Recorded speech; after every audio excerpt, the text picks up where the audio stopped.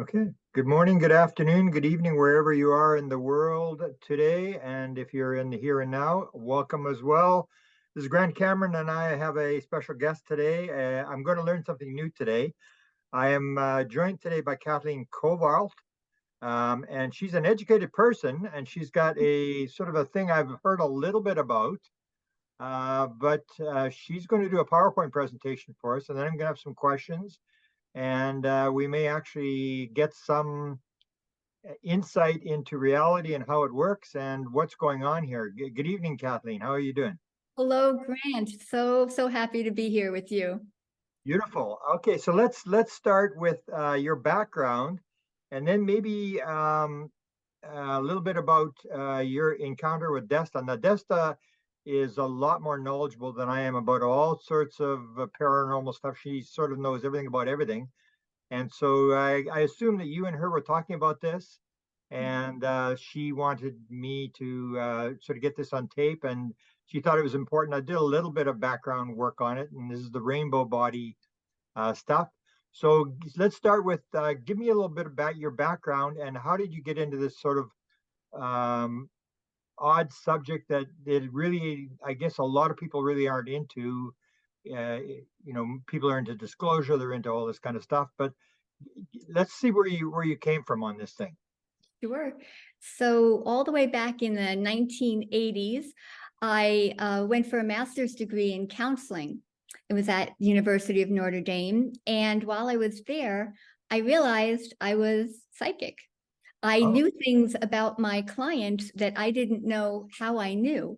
They were going through issues in the here and now, and I had an idea about what might have occurred when they were a child that was related to the issues that were sort of ongoing with them. And if we went back to those sort of original traumas, let's say, we could really help heal the person quickly and even, more thoroughly, let's just say. But I didn't feel like I wanted to go the traditional route after that because I felt like I wanted to talk a lot and tell them what I felt and, see if, it made sense to them. And that wasn't really how traditional counseling is done. So I decided just to get a million other different types of jobs. But while I was doing that, I started researching all this kind of metaphysical and spiritual literature because I wanted to understand, how do I know? And I don't know how I know and what's going on. And that led me eventually. I got back and I went for my doctoral degree in educational psychology because I went to a school that had a program on transpersonal psychology, which is like one of the only kind of psychologies that takes in sort of the spiritual element, at least the way I wanted it. And so I was reading all that great research. And then my husband and I got married. We moved to the Hudson Valley of New York. And I met these great people, and they were running a support group for experiencers. And the whole UFO world opened up before me because every month I would go to these support groups with my husband, and people from the town and from all over would come and tell their stories. Because this was around the year 2000-ish now. And it was still way more stigma than there is now. And so people were being laughed at, or they felt afraid to tell people, whatever it was. But this was a safe place for them to tell their stories, all different kind of stories. And so I learned the truth of the people's experiences. I had a counseling background. I'm intuitive. I could feel the genuine emotion when they were retelling their experience. So I knew for sure something was going on. And then I don't know, Grant, if it was like 2003 or whatever, I was following you. And I was hoping you were going to be at the Ozark conference in Eureka Springs. And my husband and I went out there, and you had a problem with getting across the border that year. oh yeah. And so I'm Uh, finally meeting you 20 years later. yeah. It's like such a thrill for me. And so I've been into all of these topics, Grant, because I know I have had a million experiences that the current way we understand reality doesn't explain.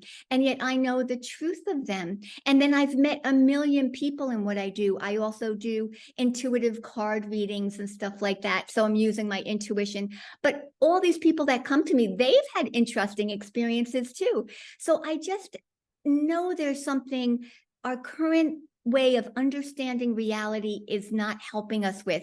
And I feel like we're at a juncture point, a point now where we're opening up to exploring reality more. And that's why I think this piece that I wanted to talk about tonight, I want to put it in there. I want to put it in the pile so that when we start looking at the reality of the UFO phenomena, we can, look at this piece too that I'm going to present tonight. Okay, now for people who maybe aren't that familiar with the UFO world, the Hudson Valley had a big, huge flap that went on for many, many years. So you were in that area there.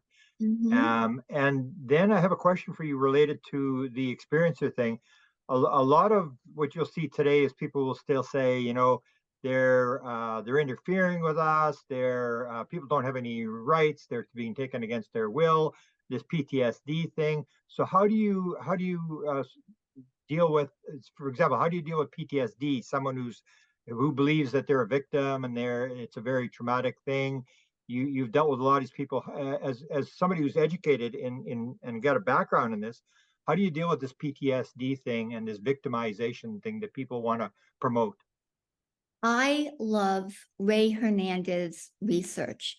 Yeah. He went out and he looked at thousands of people all across the globe. And what he found is that the people that still had the most traumatic experience and felt it was most traumatic had the least amount of encounters. The people who had more encounters, it got less and less traumatic for them as they got sort of acclimated to the reality, let's say, as they sort of lost their initial fear at the crazy differentness of what they were experiencing. And so I like to present his research to people and say, there's a whole bunch of people out there that have had these crazy experiences that we can't help explain. And that's why I want science to get on board and to start looking at the nature of reality to help explain this. But right now, we don't know. But I can tell you that if you deal with this, if you process it, and if you're open up just a little bit to thinking about it as like a wonder, let's say, then the fear starts to reduce. And so maybe we could go into a guided imagery where we're looking at things maybe from a slightly different perspective. One of the things that I've learned, Grant, is that reality is different depending on the state of your consciousness. So if you're in a state of fear, the whole world looks fearful. And if you can get into a different state of consciousness, those blinders come off and you can see the world in a different way. Wow, it's pretty bizarre. I'm actually writing a book about this now, so it's kind of a synchronicity that you're using this thing about the nature of reality, because a lot of people will put it down as aliens or paranormal phenomena or whatever, but when you come right down to it, it's basically sort of an indicator that what Deepak Chopra used to call naive reality, that what we believe is really not true, and that what we're seeing. And this is sort of giving us these little hints of saying, no, it doesn't work that way. And the more we explore, the more we see that it's sort of a grand universe that's even I referenced the Mike Clellan thing. I don't know if you had encounters with Mike Clellan, where he does his regression with the owls, and he gets the regressionist asks him about the owls. What's the thing with the owls? I've had all these owls my life. They followed me around, and then he immediately goes into almost like a channeling thing when he's under regression. He said the owls don't mean anything. The owls aren't important. The owls are just a symbol. The owls are a symbol that are tacked to a door. It's the door that's important. If you open the door, you realize that there's this massive universe behind there that is wonderful and all these unknown things. And that's the whole idea. Is it's almost like these things are to drag you to the door to get you to open the door and realize it's not the world you thought it was. That's right. Grant, there's a book called The Kabbalion, and it's a bunch of Hermetic wisdom, which is ancient stuff. And in the Kabbalion, it teaches that there's 3 planes of reality. There's the physical, the mental, and the spiritual. And each of those 3 great planes are divided into 7, and those 7 are divided into 7. And it's all about vibration, and it's all about consciousness. And so it's all vibrating at different levels. And so what they're saying is that beings exist on each of those planes, and that if we can put our consciousness on those planes, we can be in communication with the beings there. And so they just kind of say there's like a million, beings in all different kinds of ways, because reality is really these levels of vibratory rates of our consciousness. It's very, very bizarre, the synchronicities. I was actually writing this afternoon a chapter on vibration, on the whole thing of the colors of Michael Newton. If you're familiar with Michael Newton, the color of the souls matches the color of the wavelengths of color, going from low frequency to high frequency. And so it's amazing that you're sort of hitting these synchronicities of things that I was actually working on. In fact, I just posted, if you go to my Facebook site, I just posted maybe an hour ago Edgar Casey's famous line, or first of all, I put 2 of them together. One was John Wheeler, who said, I am 100% in the agreement that the entire universe could be a figment of the imagination. And then beside that, I put Edgar Casey. The spirit is the life, the mind is the builder, and the physical is the result. And there's these 3 planes that you're talking about. So it's kind of bizarre how I'm posting this and you're talking about it. So maybe I'll get you. Have you written about this? About no, you have to, because I would love to see your stuff, because that's how I was spending the last couple of days is looking to see what people have written about this vibration and reality. And I think you are one of the few. Ray Hernandez talks about it, I talk about it, and now I hear you're talking about it. It's this different thing. It's the nature of reality. What's reality all about? All this other stuff is just like sort of sideshows that get your interest and get you involved. Now, the last question, and then we can maybe sort of move on to what we want to talk about with the rainbow bodies, is as a sort of a counselor. I had an experiencer group that I started here called Experiences Anonymous. And basically what I found often is that you get this situation where people see themselves as victims when they had their first experience, or they haven't had many. And once they've had regressions and they sort of understand what's going on, they suddenly become messiahs. So they go from victims to messiahs, and you can't shut them up. They're out there and they figure like they've got a message for the world. Do you think that there is actually a plan, that this is what this whole experience thing is about, that these people are expected to sort of tell their story, to raise consciousness? Or what do you think is actually going on in terms of why are these people having these experiences? I look at it as we truly are going through a shift, an energetic shift as a whole planet. That one of the basic things when I have some of my classes, I say, when I was in school a million years ago, here's the sun and here's us going around it, and that was it. But I didn't realize the sun is going around the center of the galaxy, and the galaxy is moving in clusters of galaxies, which are moving in bigger clusters of galaxies. Like, holy moly. So we are truly becoming cosmic citizens, because we're seeing now how we're part of that much larger reality. And so I think literally as we move throughout the galaxy, we get aligned with and bombarded with different types of energies. It's kind of the idea of going from the age of Pisces into the age of Aquarius. And there's a different energy that we are literally engulfed in, and it affects the sun and it affects us. And so I think truly this is a particular time where we're at a particular space and time when energies are just right to lift our vibration. And so I think this is why all this is opening up. It's at the right time. We're all feeling it. And so it is opening our awareness, lifting our consciousness.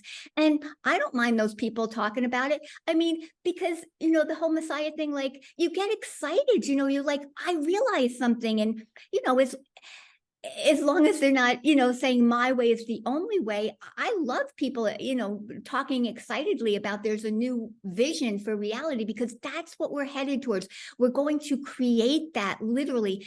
And I don't think, Grant, that there's any one truth. It's the truth for the time period. It's the truth that helps us work with the reality as we know it now. I don't think there's any one truth, but what's the next truth to help us all on our evolutionary path? And so I think that's it. I think reality is shifting, our concept of it is shifting, so that we can grow, so that we can evolve. That's the kind of the world we're creating, so that we can grow to the next level, and reality will shift again as we move up and move up and move up. That's exactly what I was writing again today. It's this idea. Bashar talks about, the alien channeler Bashar talks about that when you, whatever level you're at, you can see what's going on. But if you're not at that level, you can't see it.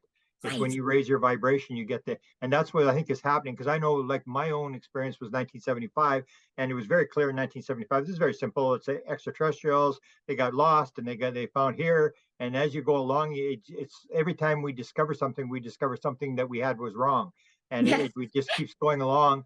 And then you get a situation like 2017, which I absolutely maintain would never happen. And that was, the New York Times does the article, and they said, "Oh yeah, there are UFOs, and the government's looking at them." And everybody went, "Yeah, I knew that already." It's like the consciousness had raised to that point, and that's what's happening. It's this little piece at a time, and as the consciousness rises up, we learn more and more about what the world is. This nature reality that you're talking about, which I think is extremely important for people to realize.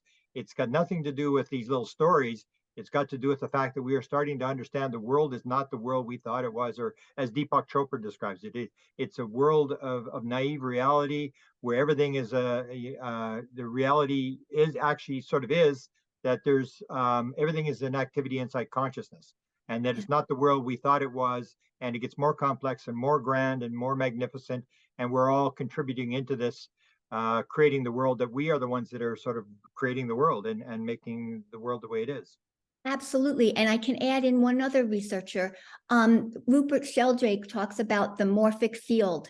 And so the more of us who start talking like this and thinking like this, we're adding to this field, we're creating this field, and it becomes easier for the other people to step up, because we're kind of the forerunners here and we're creating it. But you're getting this field and this huge sort of vibratory realm, and so then it's easier for the other people behind, let's say behind us or just later in the game. It's easier for them to get it. Yeah, it's almost the idea that you were putting out, but it's the way I see it is that everybody has this idea. It's the left brain, right? Small self believes I'm separate from you. What I do doesn't affect you; it just affects me. And it's almost like we're changing to the sort of the female right brain world of oneness, where we realize everything is one thing. It's a verb. It's all connected, and that whatever you put into the field does affect the field. It's one field. It's all, everything's connected. And so your thoughts are very important, that when you have higher thoughts, it's like throwing a stone into a pond. It will ripple through the whole pond and will change everything. And that's the idea of us helping to move it, that we have to realize that it's all consciousness, and it's all, we're all connected to that consciousness. And what we do does affect the Gaia, it does affect the world. And that may be why they're here. And it's, worried about nuclear weapons and stuff, because they realize that whatever we do here will vibrate through the entire universe. It's them as well. That's right. Absolutely agree. Beautiful. Wow, I'm very impressed that, especially nature reality, because you don't hear people talk about that, and that's all I call it the theory of wow, where I'm I writing know. books. Maybe Des to talk to you about it, the theory of wow, where in a lot of ways what they're doing is just getting you to go wow and trying to figure out like what's going on here, and the more you think about it, the more you realize that this is wrong, that's wrong, and this has to be going on, and we're getting closer and closer, but almost like I think it was Donald Hoffman talked about the fact that we will never ever get to absolute reality. It's always like we're looking at the desktop, or we've got a 3D vision thing on, and we're seeing only things in between us and reality. You can never really see reality. We're just playing with a desktop icon and thinking that's email, and that's not your email. That's not, and there's no garbage on your desktop, and we're sort of dealing with these icons and not realizing that reality is far beyond that, and that we're accepting these things as real when they're just sort of like transitionary things between us and actual reality. Mm-hmm.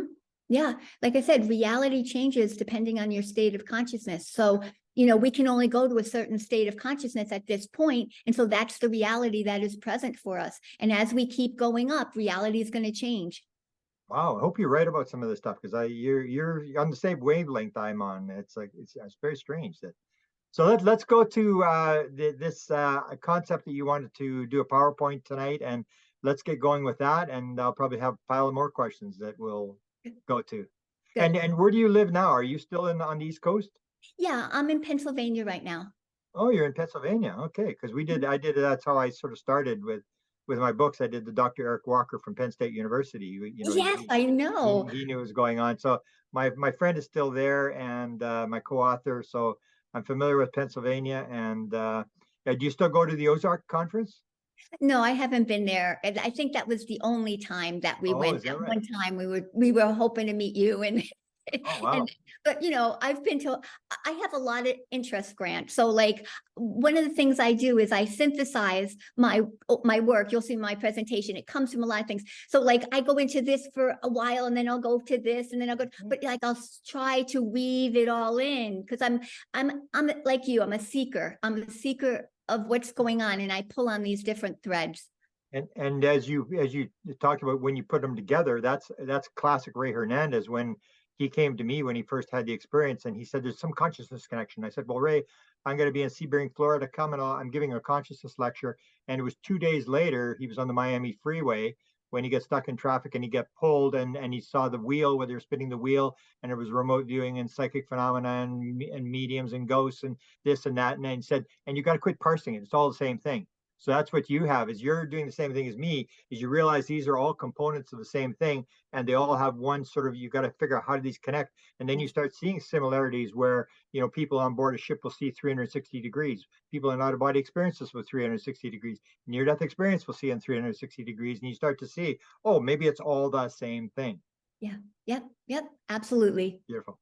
Okay, let's get going with your presentation, and I'm excited to see what the work you've done, because you seem to be on the same track as I'm on. All right, good. And interrupt me. Usually my presentations are packed full of information. So just interrupt me and we'll discuss it even as I'm talking, okay? Sure. Okay, so I'm going to share. See here. Yeah. Right. I'm going to just adjust some things. There we go. Can you see that all right, Grant? Yes, I can. Yes, I can. Okay, cool. So tonight, we're going to look at a couple different questions. And the questions are the attainment of the Tibetan Buddhist rainbow body, the transfiguration, resurrection, and ascension of Jesus, and the orbs of light people experience in the context of the UFO UAP phenomena, instructing us on who we may be and who we may become? Is the bodily transformation into a body of light the next step on humanity's evolutionary path? Is there a far more wondrous reality filled with intelligent beings who exist all around us? So we're going to look at this. We're going to highlight the remarkable research done by Father Francis V. Tizo, who traveled to Tibet and interviewed the disciples of Khenpo A Chao, a Tibetan Buddhist monk, who it is said achieved the rainbow body in 1998. So I'll tell you all about that. We will discuss the possibility that some of the glowing orbs that people report in connection to UFO UAP encounters could be highly advanced spiritual light beings.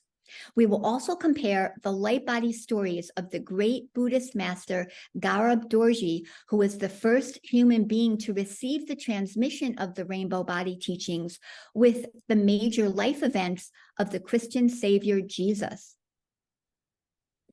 So first of all, I'm just going to describe the research of Father Francis V. Tizo into the attainment of the rainbow body in 1998 by Khenpo A Chao, who was a Tibetan Buddhist monk. Father Tizo wrote this book. It's phenomenal.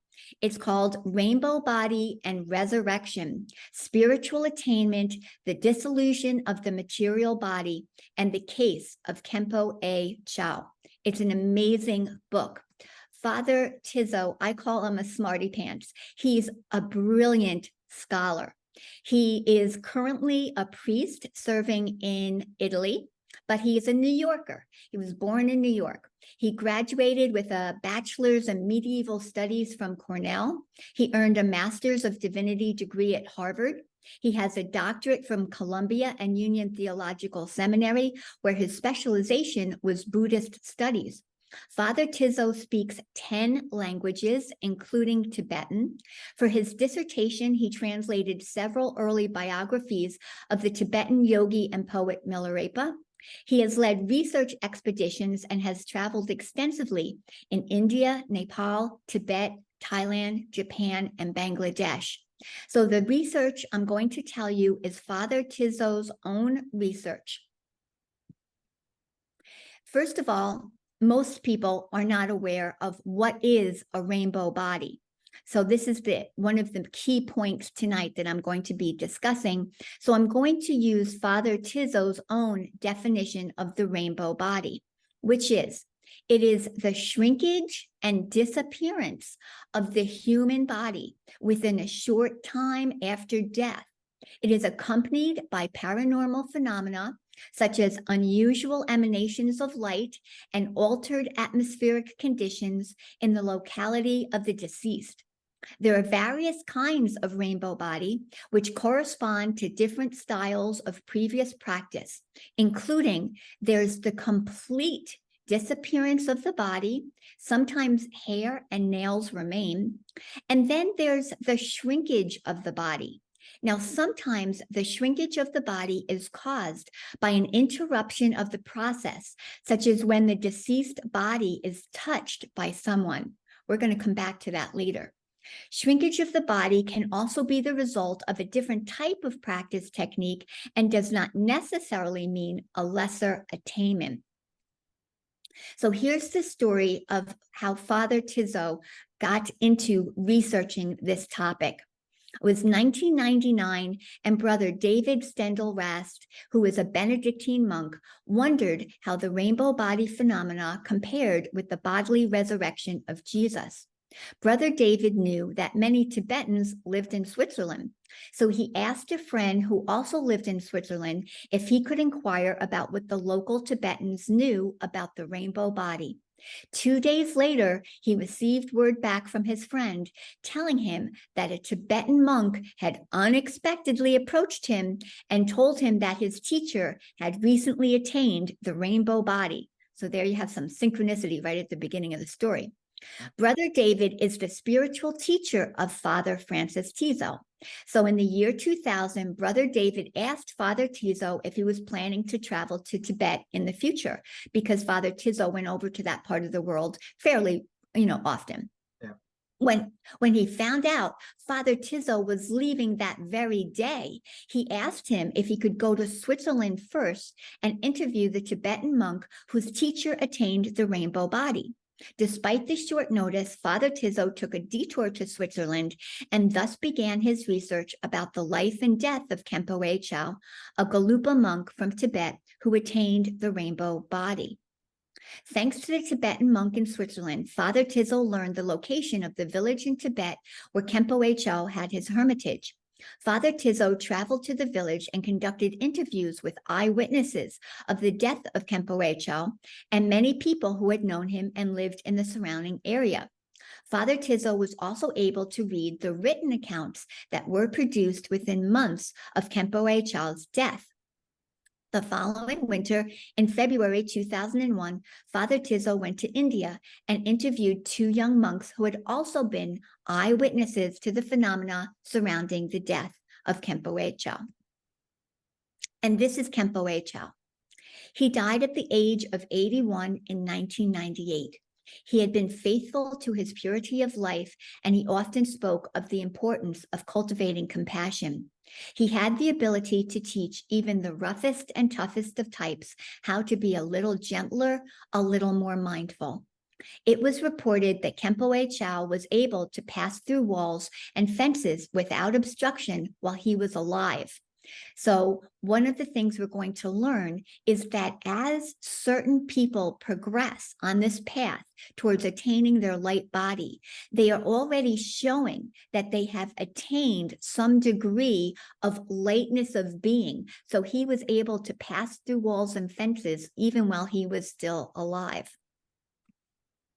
Eyewitnesses reported that a few days before Kempo Chow died, a long, flat rainbow appeared directly above his hut. He wasn't sick. There appeared to be nothing wrong with him, and he was reciting the mantra, Om Mani Padme Hum, over and over. Immediately after he died, all the appearances of bodily aging, such as wrinkles, instantly disappeared. His face became youthful, like a young child. It was smooth and pinkish, and his skin began to shine. Above his house, rainbows appeared for many days. Sometimes they pervaded the whole expanse of the sky. Just before dark, light similar to that of a sun rays shone in the east for a long time. Two lamas who were with the Kempo at the time of his death were uncertain about what to do with his body. They knew something was happening. He was starting to glow. They sent word to a nearby monastery asking for guidance. The Nyingma master, who was the head of the nearby monastery, told them, wrap the body in a yellow cloth and do not touch it or look at it for 7 to 8 days. Day after day, the eyewitnesses observed Kempo Chow's body under the cloth becoming smaller and smaller. After 7 to 8 days, they removed the cloth and no body remained. Now, this process may have taken less than that amount of time, but it is uncertain because they didn't remove the cloth until it was about the 7th or 8th day. During this time, the lamas, as well as other lay people, heard beautiful, mysterious music coming from the sky. Sometimes it sounded like a voice singing. At other times, it sounded like instruments playing. They smelled a fragrant perfume, and no flies came near Kempo's body. A few individuals claimed that Kempo Chow appeared to them in visions and dreams. One of Kempo Chow's students felt Kempo Chow tugging on his shirt sleeve and telling him, practice well, meditate well, be attentive. And I want to say here, Grant, that one of the reasons these kinds of research studies are so moving to me is that some time ago, I think it was back in the 90s, I had a voice behind my right shoulder say to me, you know you're not alone. And it was out loud. It wasn't in my head. I've mentioned that I'm intuitive. I know voices in my head, but this was out loud. It was next to me. And I always sort of imagined, you know, I've always been sort of a spiritual person, that if I heard an angel, it would be like, ah, this sounded like a New Yorker. I'm from New Jersey originally. This sounded like, you know, you're not alone. That's what it's, and I've always wondered, oh, saying that to me. So when Kempo died, and he's literally, the lamas were hearing his voice outside of them. You know, many people have visionary experiences where they hear things inside that's not their own voice, but this Kempo was speaking to them. And I'm not going to go into this experience, but I've also felt a being touch my cheek. So I know the reality is that there are beings that can speak to us and that can touch us. And again, as I mentioned, this level of the different planes of physical matter, and then you've got the mental plane, and then you've got the spiritual plane. Well, there's levels of physical matter. And so sometimes I wonder, maybe we're not talking about a body of light, but we're talking about maybe a body of plasma. And there's new research now in plasma physics. And plasma is considered the fourth state of matter. You've got physical, you've got water, you've got air, and then you've got plasma. I'm wondering if really we're talking about another physical dimension here that the body is going into. It's not light, but maybe it's more plasma that has some physical characteristics. And I just put that out there to you. I really don't know. But this recent research in plasma physics, I'm starting to pay attention to. So Father Tizzo describes the time of the death of the Kempo. And this is a very short little video I have a clip of, but I wanted you to get a feel for Father Tizzo talking about this. So I'm going to play this little short clip for you. This is the spot where he died. This is the spot where they saw at the moment of his death, when he breathed his last, that his face had changed. In moments of his death, they see this luminous quality. The flesh becomes pink like that of a small child. The wrinkles disappear. So immediately they sent runners 50 miles to the west to consult with the Dharma brother of this Lama, whose name is Lama Akchun, who was his brother in the Dharma, in the Nyingma tradition. What do we do? And he said, cover the body with a cloth, venerate it, do your prayers and mantras and so on, all the rituals. In 8 days, there will be a Pampasambhava ceremony on the calendar. By that day, you will see what you need to see. But don't interrupt the process. Don't touch the body. Don't expose the body. Okay, so they just did that. They could see day after day that the body of this frail elderly monk was diminishing under the cloth. And there were rainbows in the sky, some of them of unusual shapes, like straight bands or triangles or trapezoids. And there was, at one point, a very large manifestation of light, a sphere of light in the atmosphere that was seen at a great distance. So not only by people near the hermitage, by people at a great distance who reported about it. And there was mysterious, wordless music that could be heard. And as someone said, if anyone had a tape recorder around here, it certainly wasn't coming from a tape recorder. And also the classic sign of a very gentle rain, just called a rain of flowers. Okay, Megtop Cha. This scent of flowers. This is really just a fine rain that took place at that time. So they all reported in the interviews. I made a set of questions, a standard set of questions about what happened, and they all responded pretty consistently to the questions. Here we are interviewing Lama Piak and Lama Norta inside the hermitage over a cup of tea and some vegetables and so forth. This is the. Okay, so now I'm going to weave in the idea of orbs that people experience within the context of the UFO UAP phenomena. This is the cover of Father Francis Tizzo's book. So you can see the artwork that he has on the cover. This is actually a painting that is a portion of a mural from the Kelu Khan Temple, or the Serpent Deity Temple, also known as the Dalai Lama's secret temple in Lhasa, Tibet. That's where this image comes from. Well, you can see that there are potentially orbs in this painting. And I don't know for sure, but it looks like there are 5 men here, and they're doing a form of meditative practice that is associated with the attainment of the rainbow body.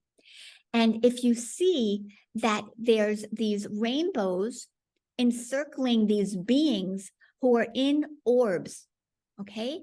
And I think these guys are trying to form their own rainbow body. But interestingly, here it is, it's an orb shape. And these guys here are helping them, for their own attainment of the rainbow body. You can see the rainbows around these orbs. Any idea what the time of that painting was? It's very old. It's Okay. it's old. So, you know, a long time ago. I'm not sure, Graham. Yeah, okay. So Father Tizzo met the Dalai Lama, and the Dalai Lama practices some of these same rainbow body practices. And the Dalai Lama would say there's various mantras, meaning you say things over and over again, and you meditate on spheres of light. In other words, you meditate on orbs. This is part of the practice. And you visualize yourself as one of the various deities or bodhisattvas. Within the Buddhist tradition, a bodhisattva could be thought of like as a saint, let's say, in a more Christian tradition. Okay, it's a highly realized spiritual being that's usually very helpful to humanity.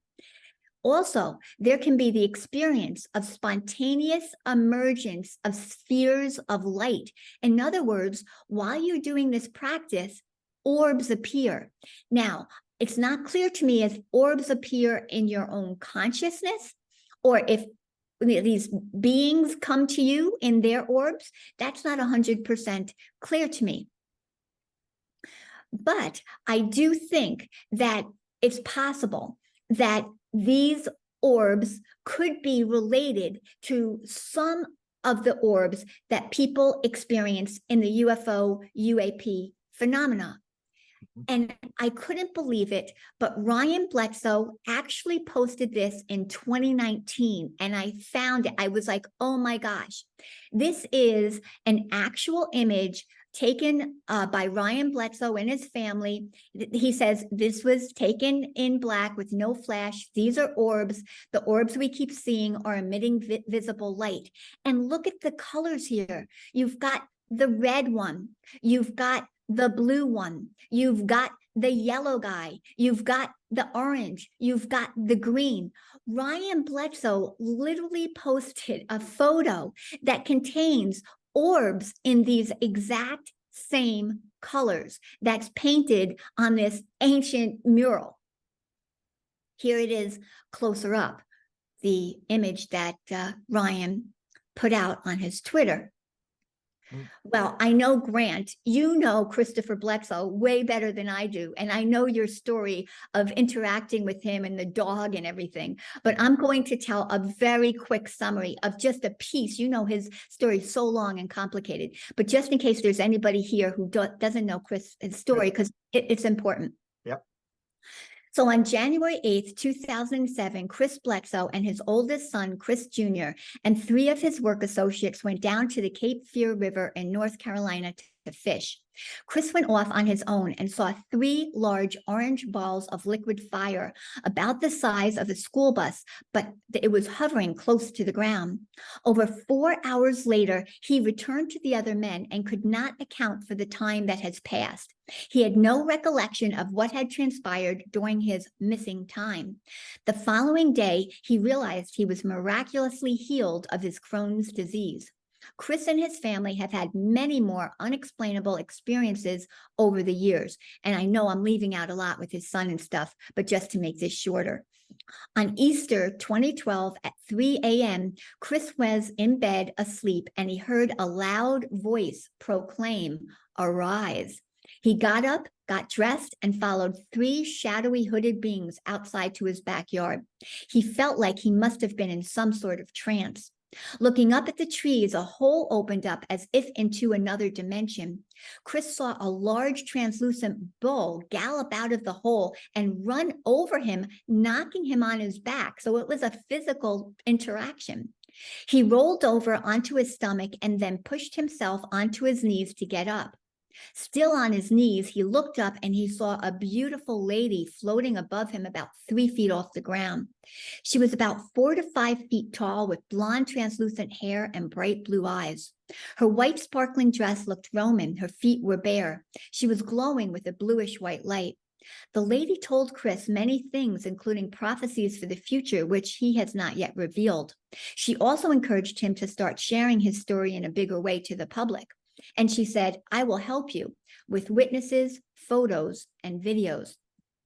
And I'm sure you know, Chris has put his whole story in a new book that's come out this year, UFO of God. And his son, Ryan, who posted the video, the photo there, he has a wonderful podcast that he does, and he's so fun in it, and he's very smart. And that's Bledsoe Said So. That's Ryan. So back to this image here. Ryan also posted, my dad has thousands of videos showing interaction with orbs-like beings. The Department of Defense, through multiple intelligence community witnesses, has actual data that my father has an ongoing relationship with these beings that has never stopped.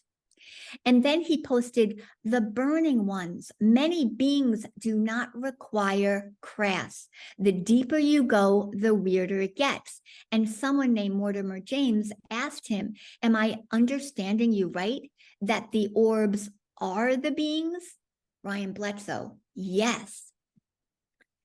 Jimmy Church was had Chris Bledsoe on his show, Fade to Black. And Jimmy Church asked Chris Bledsoe, now we are getting into the zone of something spiritual, possibly religious, possibly extraterrestrial, just maybe it's all the same thing. Is that where you are today? And Chris said, yep, I agree 100%. They, the beings, came in balls of fire, not a flying saucer. And then Chris was on Coast to Coast, and a caller called in and said, do you think it's a possibility that aliens could take on human form? And Chris Bledsoe said, I absolutely do. I know for sure they can mimic or take on the form of a full-blown person to a translucently shadowy-like figure. And George Knapp, who was the host, asked him, I guess we don't know what it or they really look like, do we? Because they assume any shape that doesn't scare us too much, I guess. Do you know what they really look like? And Chris said, I think their natural form is light, a ball of light. Then I want to bring in and weave in Betty Andreasen Luca's experience that kind of supports this idea.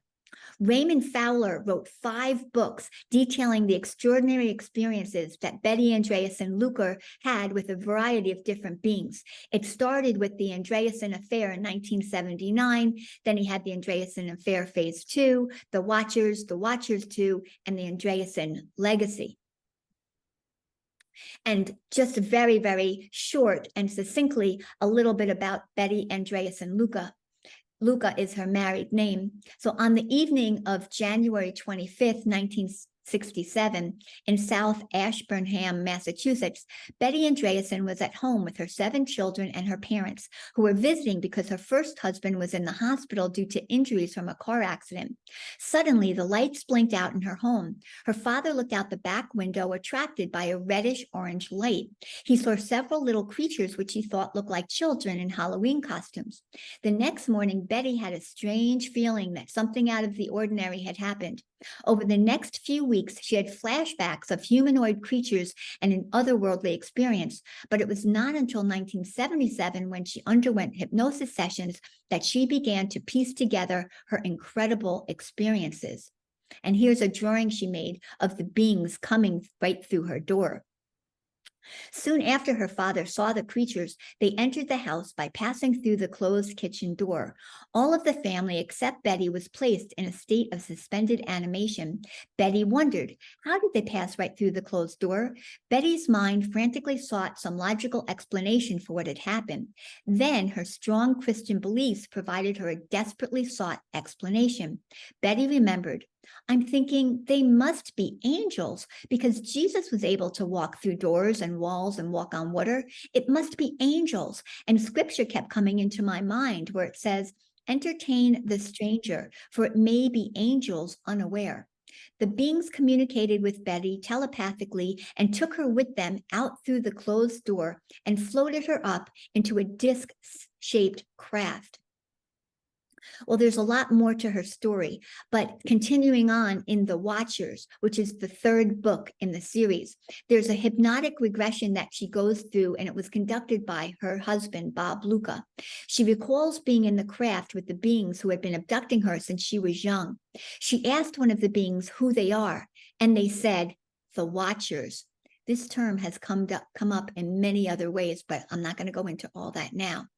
And she said they told her, They love mankind. They love the planet Earth, and they have been caring for it and man since man's beginning. The Watcher being also said they're preparing something good for mankind. They're going to come to Earth. The Watcher being told Betty that man is not made of just flesh and blood. Betty stated that the beings she met are able to transform their bodies into balls of energy and back again. And she herself had this experience of transmuting her body into light. It was a remarkable experience. She had an elder with her and a gray. They all turned into light beings as they went through a door to see what she called the One. Each had a different hue. The elder's light body was pure white. The gray's being body was light blue, and Betty's body was golden. Under hypnosis, Betty said, "Oh, there's such love. Oh, there's such peace. I'm just engulfed in light and blending into that light. Oh, this is everything, everything, everything. I cannot explain the wonder and beauty and love and peace."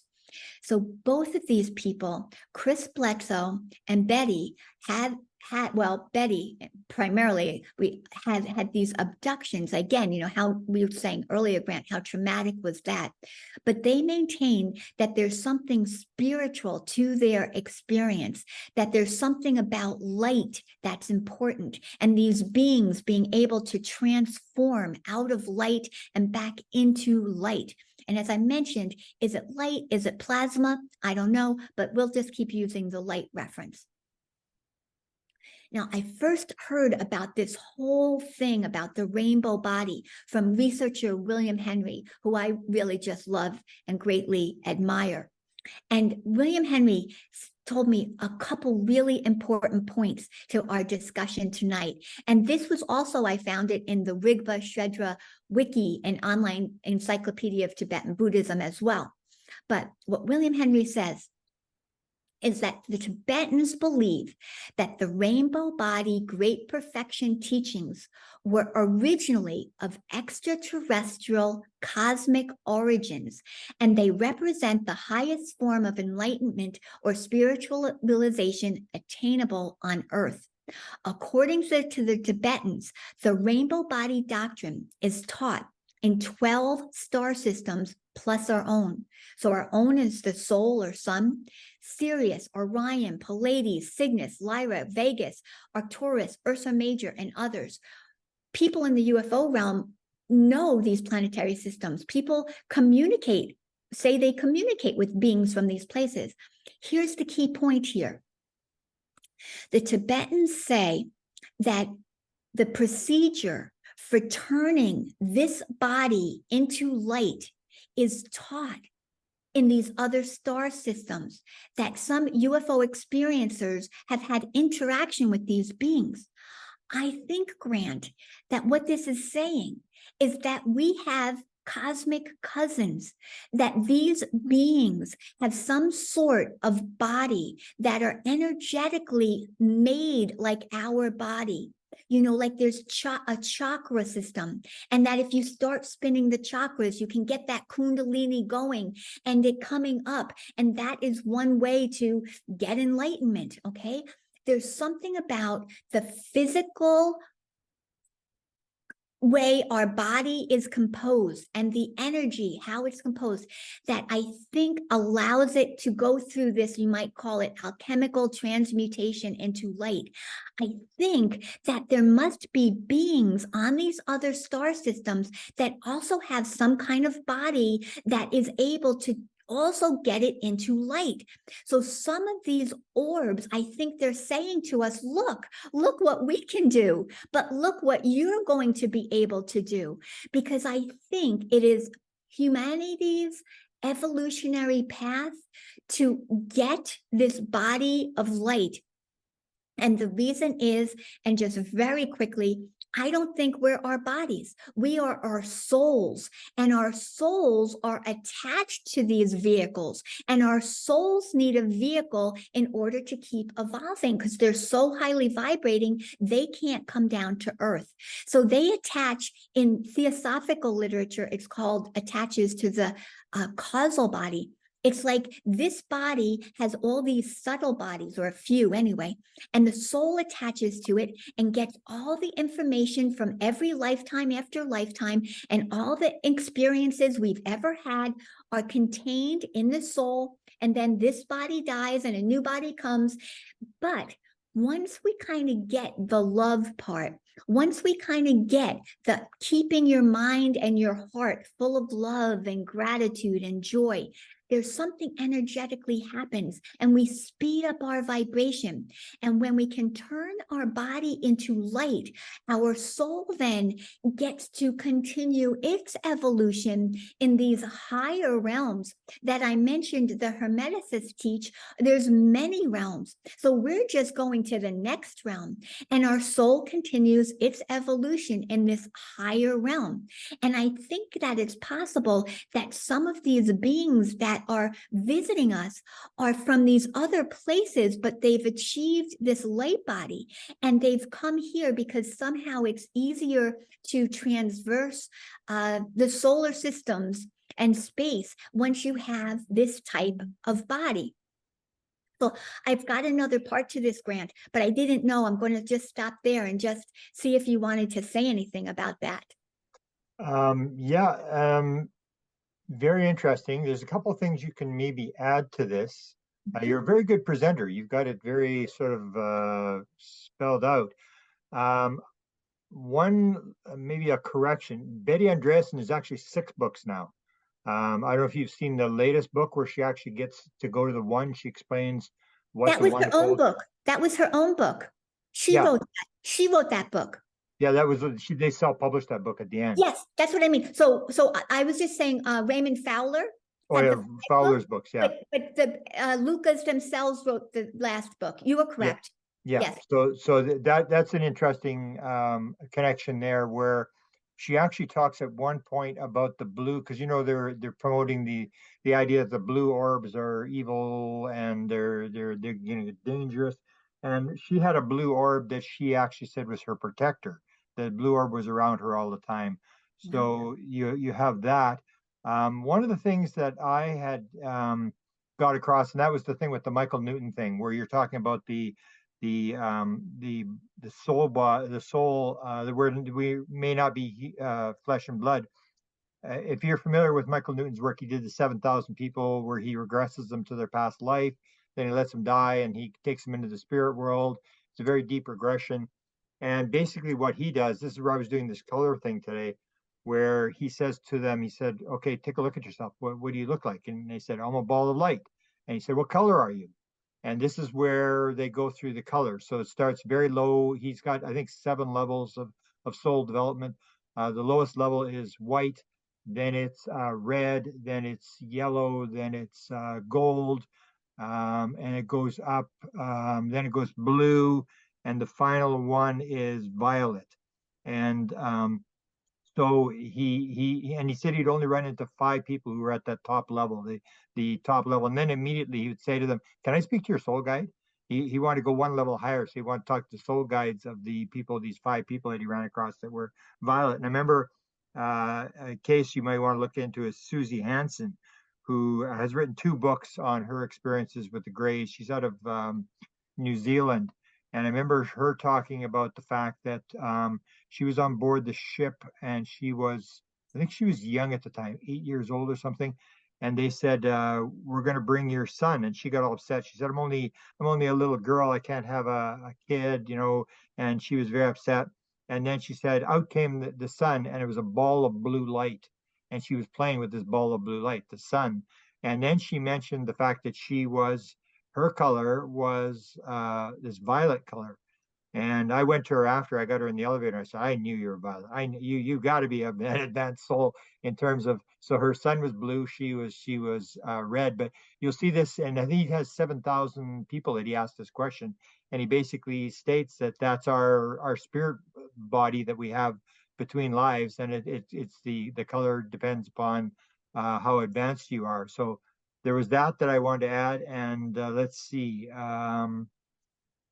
Yossi Ronan also talks about this idea that um, I have him, and if you see my email, I have a quote from him where he talks about the fact that these beings that he ran to in Los Angeles in the 1980s, he only had the one encounter. He wrote this book called One, the basic message that he believes they're putting out.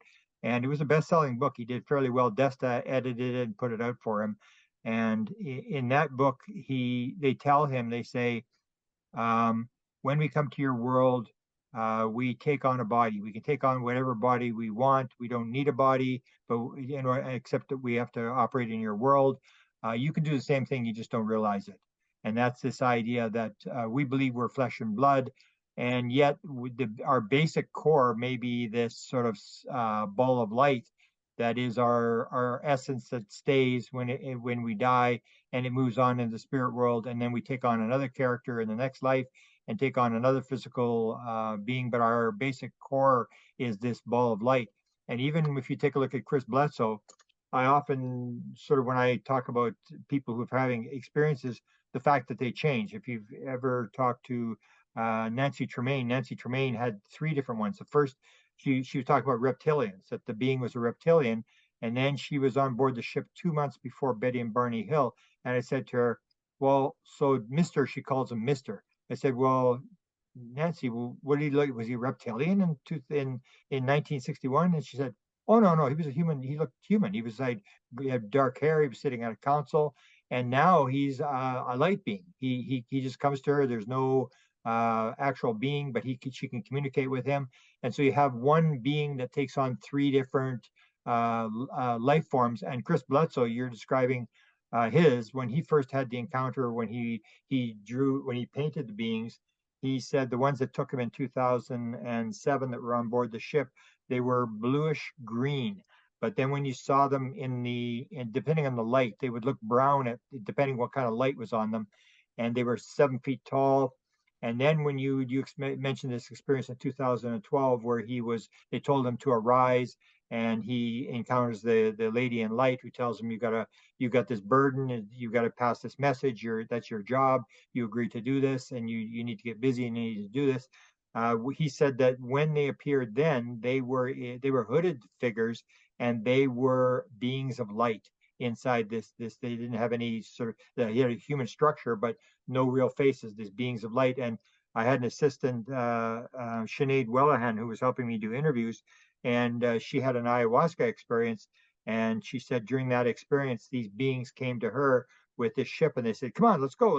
Are you ready? Let's go." And she was so sick, from this ayahuasca experience. She said, no, maybe you can come another time. I can't come now. And they said, okay.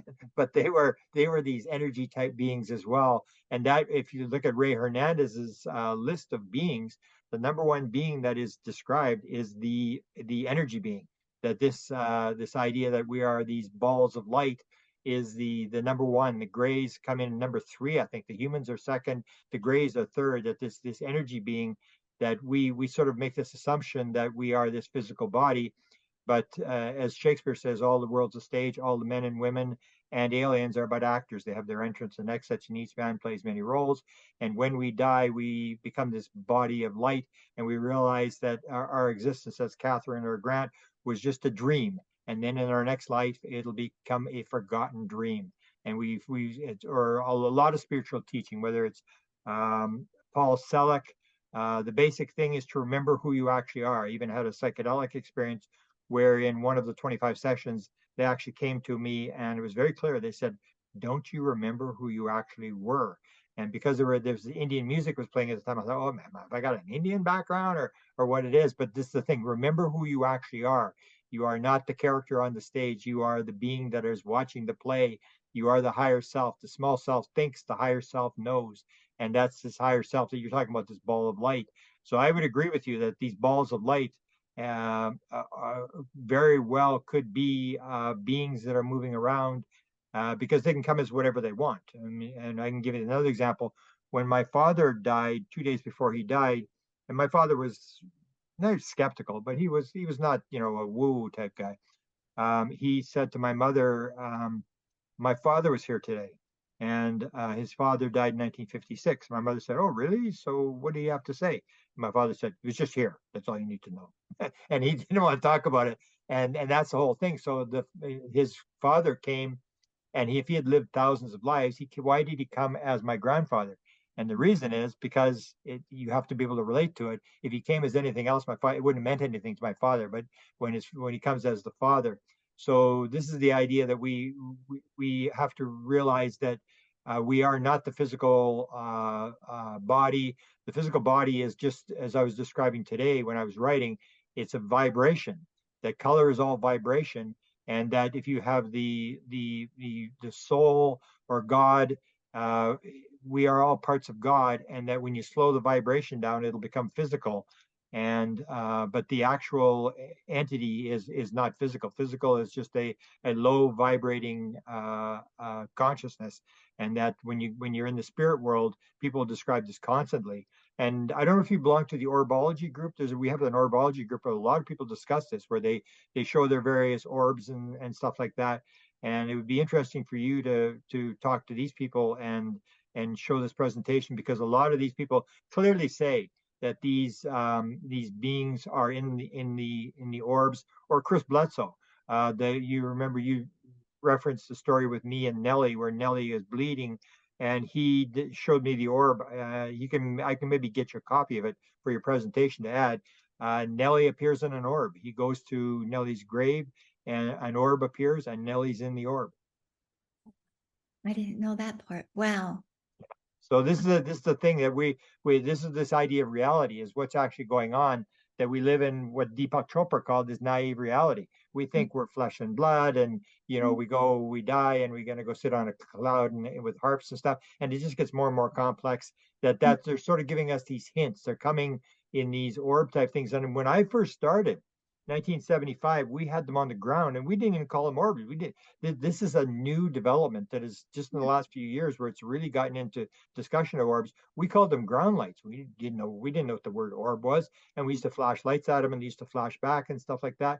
And now this is, as you said, like the veil is thinning, and now you have this discussion. It's moved from wooden ships in 1896 to Foo Fighters in World War II, to green fireballs right after World War II, to the Adamski type crafts with the windows and the balls under them, to flying saucers. And now you don't have flying saucers, and we haven't had flying saucers with windows in them for like 40 years. There hasn't been a flying saucer with windows in it, and you see this thing that is changing, and now it's orbs. It's almost like they're taking us one step at a time through this process as they unravel this thing. And it's almost like they're revealing it to us one piece at a time. They don't come in and say, you know, we're here to bring you freedom and democracy, Jesus and McDonald's. They're doing it very slowly, and they're trying to get us to figure this thing out for ourselves. But they're doing it gradually, and then you and I, and we all put our stuff in, and consciousness rises, and people start to realize that we're not at the center of the universe. You know, it isn't flat. The sun doesn't go around the earth, and we start to realize there's a bunch of other stuff that we have that's wrong. And gradually we get enlightened, and we realize that it's this very complex world where we have these bodies of light, and that we are eternal, and that we're here for a reason, and all this kind of stuff. So I'm very impressed with your presentation. You're onto this is something that even in the orb thing I've described in this orbology group. I went after all the people with orbs, and we discovered there are patterns in orbs, and I say there are at least 1 million photographs that I know of, and nobody's paying any attention to it. It's sort of like, oh, tell us disclosure. Does the president know? And when are they going to tell us that they're ETs and all this kind of stuff? And meanwhile, you have at least 1 million that I know of. There's a guy in Chicago that I know of that I just talked to just the other day, and I said, Jeff, how many photographs you got now? He said 250,000. And this is a guy who worked for Getty Photos, and he's doing orbs, and he's been filming these in downtown Chicago for I guess 4 or 5 years now, and he's got 250,000 photographs. And there's easily 1 million photos. I know a lot of people who have 100,000 collections and more. And so we're into this whole thing now where we're starting to realize that we're being taught something here, and it's not just balls of light. There's meaning behind it, and I applaud you for going there and dealing with this this very important issue of orbs, and that you tied it into Chris and to the UFO phenomena. And I fully agree that you're right on the mark with what you're saying. Yep. And you know what I'm going to do, Grant? I'm going to stop sharing because I have a bunch more slides, but I'm just thinking would take too long to show them. But I also weave in the idea of what we've been shown from Jesus's life, you know, because he had the transfiguration where he turned into light, and then he ascended in a cloud. There's something very important about clouds too. And so his life is also reflected in the story of this Garib Dorji, who is the first human being to get the rainbow body teaching. So like, you can see the rainbow body teachings and Jesus's life, they're both telling us the same sort of information, and there's a lot of similarities. Garib Dorji's mother was a virgin. A white man came to her with a lance, and she found herself pregnant. And often in Virgin Mary pictures, when the angel Gabriel comes, he's also holding a scepter. There's just so much synchronicity between these stories, but it goes. Are you still there? I can just stop sharing here, but I just wanted you to know that there's like even more we can weave in to this incredible tale of what we've been talking about tonight. We'll have to do a part 2, and I'll bring in the orb people. I'll bring in the group of orb people. There's 50 or 60 of them, and I'm sure a lot of them would want to ask you questions, because I think everybody's doing the same thing, that we are people on the Okay, stop sharing. Are you there? Yeah, I can't see you. Hang on, you're stop sharing? Let's see.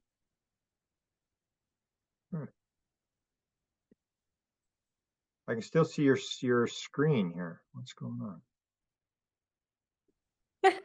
Did I do something? No, I think it said my connection is unstable, so I've just put it on the cable. I was on Wi-Fi, so I was like, I lost you. I lost you. That's a great conversation. We can't say goodbye. There we go. We're still recording. I mean, this is excellent. Are you willing to do a second part if I get the orb people and we can maybe have them ask you questions? Absolutely, Grant. I have a lot of material. I just didn't want to take up your time tonight. No. Let's leave this one for now, and I've got maybe a couple of other questions in terms of your background, and I'll post this like on YouTube, and I'll also post it to the orb people, and set up another one with you where we'll at least they've got the background of the orb stuff, and then you can go into the next segment that you're going to do. Great, I love that. Beautiful. Let me ask you about your own experiences. I mean, have you had orb experiences? Have you had? Are you an experiencer, or? I have a lot of interesting experiences, like all the time, but I wouldn't say I had anything like majorly. Like I said, somebody spoke to me, somebody touched me. I've seen things in the sky that were very interesting. But I'm not like a major experiencer, I wouldn't say. You know, I think my thing is I have a lot of really wonderful, we call them visionary experiences. You know, when I pray, I have really interesting experiences that way. But I wouldn't put myself in the same category as like an experiencer would. What kind of spiritual practices do you do? You mentioned praying. Do you do meditation? And has it gotten more complex or bigger as you go along? Where, because you hear this thing about the hitchhiker thing, where once you touch the phenomena, it sort of starts to duplicate it. It sort of like attaches to you, and then you have more experiences than the normal person. I feel, for me, I grew up Catholic. I don't consider myself Catholic anymore, but that's why I weave Jesus in, because I kind of know stuff. But I have a devotion to Mary, and that's my spiritual practice. I pray to her every night. I talk to her during the day. I asked her for help before today to meet with you, just that I feel like I want to be her feet on the ground, her hands on the earth. I want to help her. And I feel like, she's helping everybody behind the scenes. And I just like to align myself to help her as much as I can. So you believe you like, and a lot of people you'll probably run if you've dealt with experiencers. I mean, this idea of mission. Do you believe you have? Yes, this is it. This is it. There you Tonight go. is it, Grant. And I'm here to help you do whatever we can to move it along, because that's what it's about. It's about. Yes. I sometimes get the people even 2 nights ago. We actually went to an orb party 2 nights ago, and we were there, and they were talking about this thing that they're talking about a girl who's very psychic, and she said they said, oh, she's gonna get off the karmic wheel. She's not coming back. And I said, why would you not come back? It's like that doesn't make any sense. It's like, what are we going to do? Sit on a beach in Hawaii and drink Mai Tais for the next 12 billion years? I mean, it's like if you're on the Titanic and you're with your husband and your kids or whatever, and then the ship comes along and this rescue thing, and it says you can go to heaven and be rescued, and are you going to get on if your family is not going to get on, and your family is going to go down with the ship? Like, why would you not come back if people, your friends and your family need you? Why would you not come back? So You were speaking the words of a bodhisattva. Remember I mentioned that term before? Yeah. You have bodhisattva energy. A bodhisattva is somebody who in their soul wants to help humanity. They grow and they reach back and they help.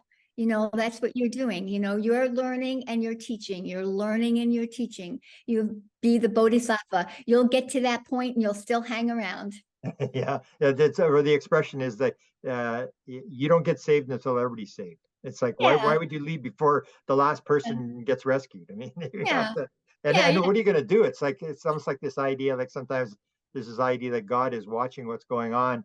And I mean, if you're sitting there drinking, Mai Tais on a beach, or it's like, I love you, and you're to your husband and then your kids, I love you, and they say, I love you, and guy goes, this is kind of boring. I'm getting out of here. Like, like it's why would you fight to stay alive, and then to do nothing, just to sit there, and that's the equivalent of death, of being extinguished, where you save yourself and you whatever, but it doesn't make any sense. So I'm very, very happy, because you're right on the same sort of path that I'm on, and I'm sure these orb people are going to love you. But we were there. Now, what was the point I was going to make? We were doing this. Oh, yeah, it was this thing where this person said that they weren't going to come back again, and the person wasn't there, but we were doing orbs and photographing, and it's almost like different levels, because I remember it's a farm and people would film, and then we'd all go into the room, and then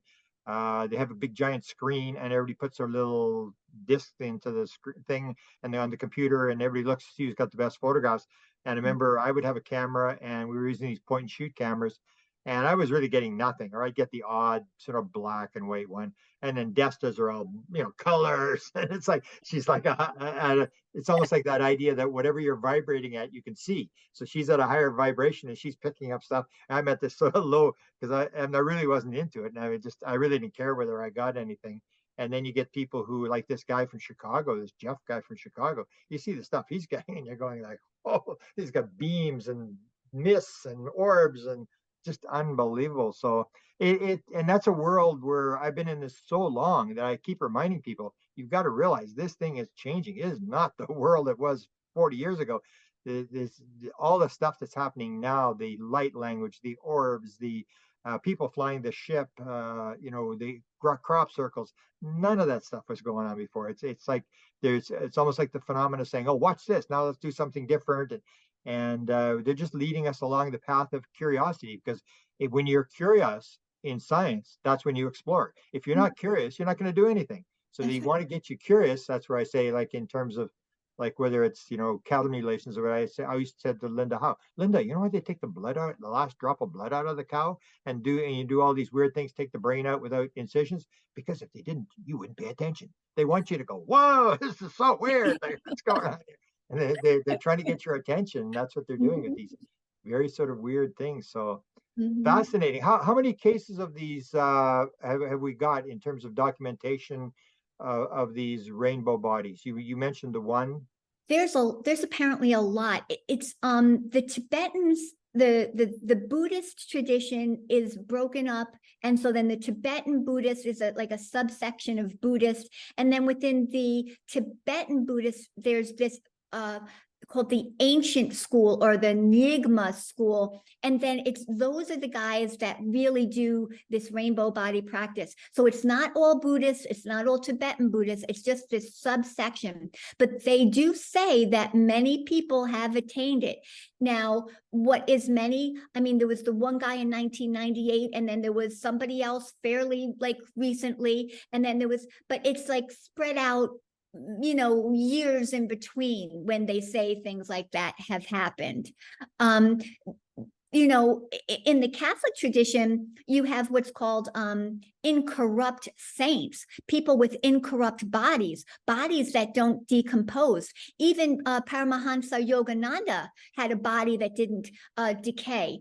And I think those are people who are just so close to achieving their light body that their body is vibrating so high in it, and their particles really aren't physical, and they're somehow higher. And then that type of higher particle doesn't decay. And that's why their bodies don't decay, because they are spiritually so advanced. Maybe in the next lifetime, they'll get their rainbow body or something like that. So there's traditions in other realms too, that they talk about this type of body. Alchemists and hermeticists, they talk about like a golden body and a philosopher's stone. Taoists talk about like the immortals, the cloud walkers. So this idea of attaining this type of body is in other traditions as well, but it's not as like, I don't know, well known, let's say. It's kind of the esoteric, the hidden knowledge. Yeah, well, you're bringing it out. I mean, it is true. It's almost like in the UFO thing where you have the Mission Rama, if you've ever dealt with them, a lot of Latino Roman Catholics, where they're doing a meditation where they try to raise their vibration, the aliens lower their vibration, and they can open up these portals, these Zendras, and interact with these beings and stuff like that. And they have no grays, they have no reptilians, they have none of that kind of stuff.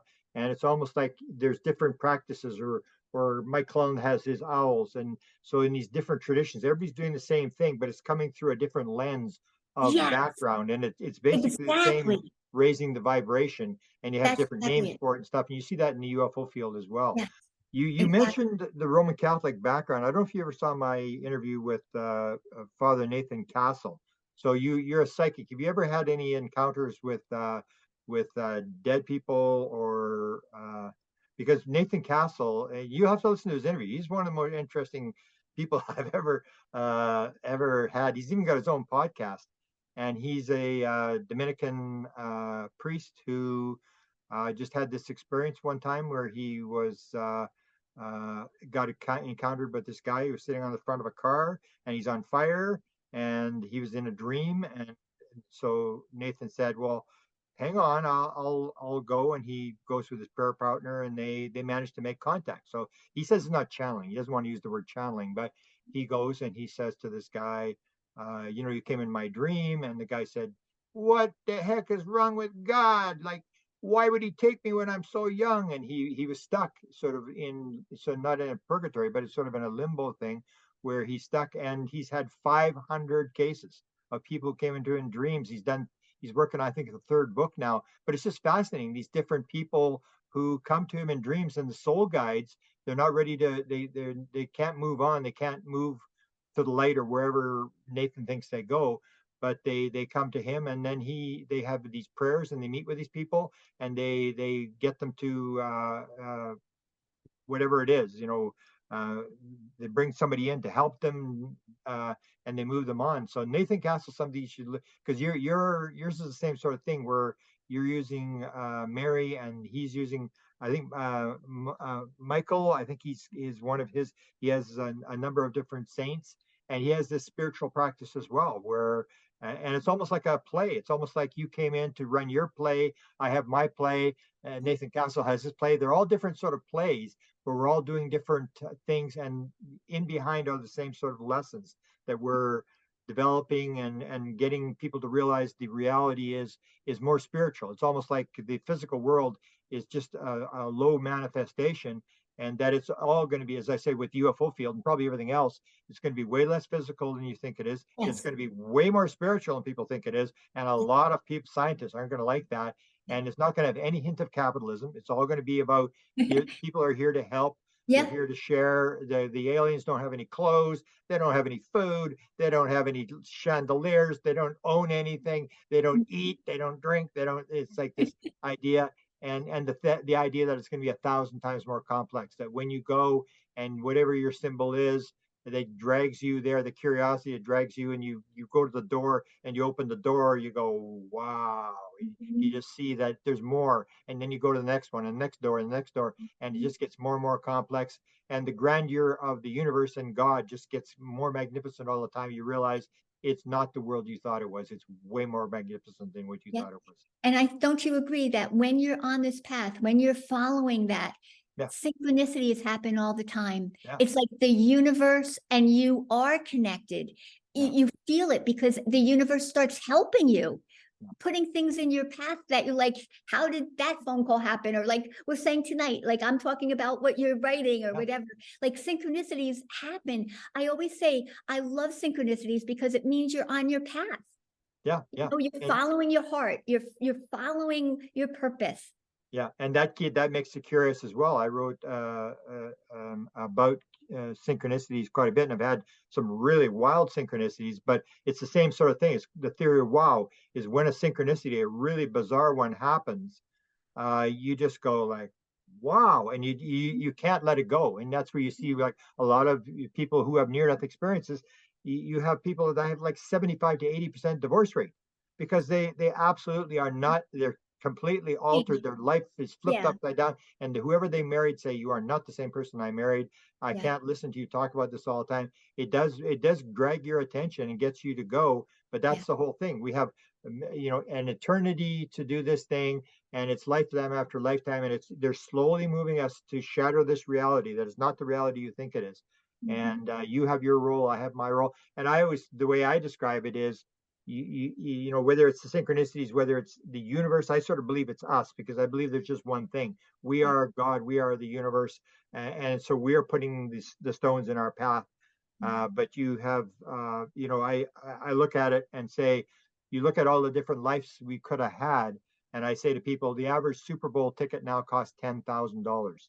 And people will say, look, I went to the Super Bowl 56 or whatever, and here's my ticket. And I'm a really honored person or whatever. And you and I not only, we get to play in the Super Bowl every single day. I mean, what more could you ask for? You could have been an untouchable in the streets of Calcutta and spend your day in a junkyard looking for something valuable enough to sell for food tomorrow. You didn't get that. You got to play this role of all these synchronicities and realizing the world is this magnificent place and this spiritual thing. And it's like being in the Super Bowl every single day. And I just try to keep gratitude every night to realize that I got to play this, and this is my chance. And you got to use it because it's almost like they used to give you a day. If you got to live this day over again, would you live this day? At the end of your life, you get one more day that day, and you're going to change that. And you realize that you've got this time, and that you want to do stuff, you want to help, you want to. So I'm just honored, and to meet people like you. I mean, what more could you ask for? To have people that have incredible knowledge and stuff like I knew a little bit about Rainbow Body, but now I know an awful lot and the importance of it, why it's an important principle. So, today is another Super Bowl day where I get to watch, you in the Super Bowl. And so we just put it out there and add it to people's information. And that's, I think, what they're doing when they're giving us this material. We've come in our roles. We've agreed to do this. We've agreed to play this game, and the time is now. And we're doing whatever we can. And when it comes time to leave, we'll get another play. Or as with Anne Strieber, I always like to quote Anne Strieber, where Whitley Strieber's wife dies, and she comes back after she dies, and they write the book on life after death. And she says to him, Whitley, I'm no longer Anne, but I'll always be Anne to you. And that's the whole idea, that we get to move on, we get to play these roles with different people, and then we go on, we play a different role. And it's you couldn't ask for more. People just don't realize what they actually have in their hands. They're at a low level, and that's the way they are. You can't save them. You just put the information out and hope that someone sees it, and they get enlightened, and eventually everybody will be on the path and everybody be saved. But we get to play this, and I really appreciate having played the game with you today. And Thank you so learned much, stuff. man. Like I said, I've been following your work for over 20 years, so it's really an honor to be here with you. Truly, thank you so much. Okay, so we'll leave it at that, and we'll Desta will put it up, and you can post it wherever you want. And if you want to present this, I've got lots of places where they would love to hear you do your presentation, and we'll Love to teach. This is my thing, you know. I love to teach, so I'm thrilled that you'd like me to do it again. Beautiful, and hopefully people will see, a lot of people will see this, and you'll get some other invites. But the orb thing, because we have this group that we started the orb thing, and it was it's a lot of people. Some people who actually will tell you they're from another planet. They are here. They'll tell you what their mission is, and when you see their orb photographs, you just go like, wow! It's like the different types of orbs, and it's just like a Super Bowl thing. And yet the sad part about it is it may not be the right time now, because in terms of the UFO community, they just haven't caught on yet. They think, it's dust, it's whatever, and they haven't seen the photographs, and that's fine. But if you want to look at the evidence, then you'll see that there's no way it's just dust or moisture or whatever, and that the time will come when that will be seen to be important. But we have to do our little part to sort of build the structure for other people to get up on higher up on the structure, and we do our little part to help to build the world. Perfect. Yes. Kathleen, thank you very much, and I will be in contact with you once I get this posted, and I'll put it on my my podcast as well. And if you